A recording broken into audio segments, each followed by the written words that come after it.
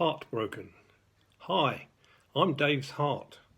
This is our big day.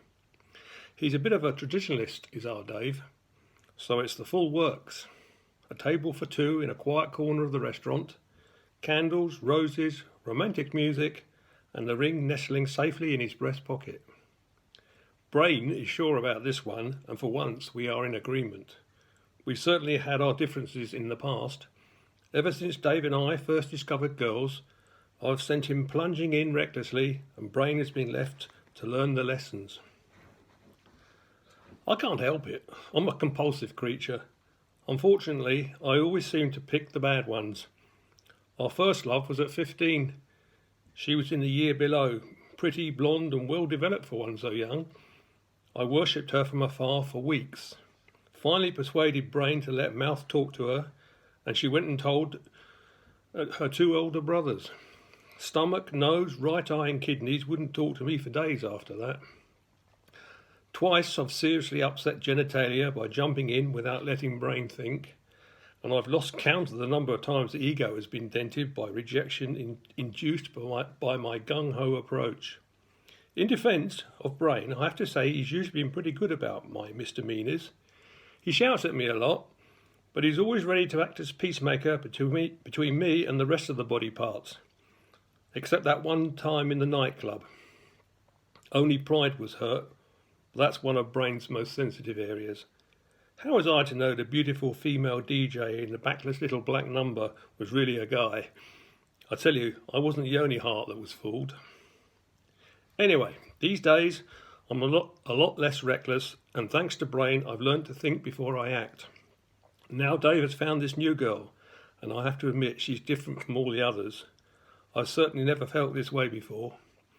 Although I've been overly enthusiastic in the past, when it's all gone wrong, I've never really been that disappointed. But if Dave was to lose this girl, I think I might find the pain too much to bear. He met her last summer at the concert in the park.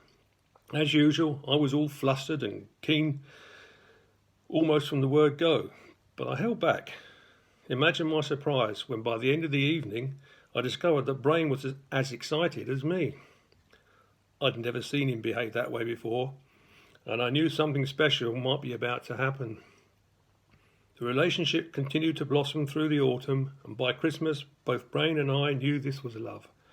We wanted Dave to keep this one, and Valentine's Day was the ideal opportunity to make the commitment.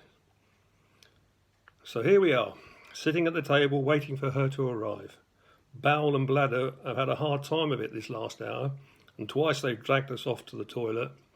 Stomach too is feeling a little fluttery, but all in all, we're managing to hold it together. And here she is. I say she is looking gorgeous. They've never seen that dress before. She must have bought it for this evening. I wonder if she knows what we are planning. Come on, legs, stand up, and lips, give her a kiss. We sit down, and Dave pours her a glass of her favourite Chablis. The waiter brings the menus, and they make their choice. This is too much. Brain is getting impatient. He is desperate to make the proposal, and almost has right hand reaching for the ring. It's okay. He's pulled himself together. He's going to stick with the original plan and wait until the end of the meal. The courses come and go, but Stomach really doesn't have the appetite for them. Dave just picks at his food. She notices and asks if he's okay. Dave assures her that everything is fine, despite contradictory messages from just about every one of us vital organs. This is it.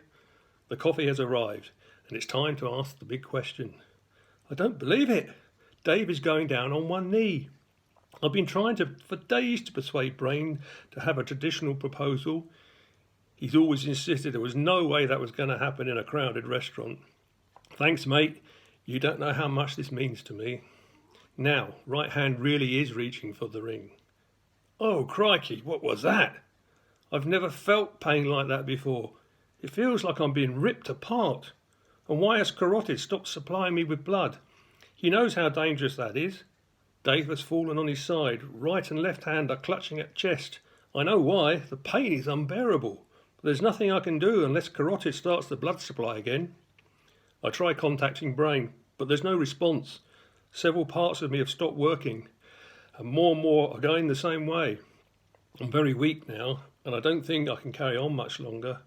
I'm so sorry, Dave. I think I've let you down one last time.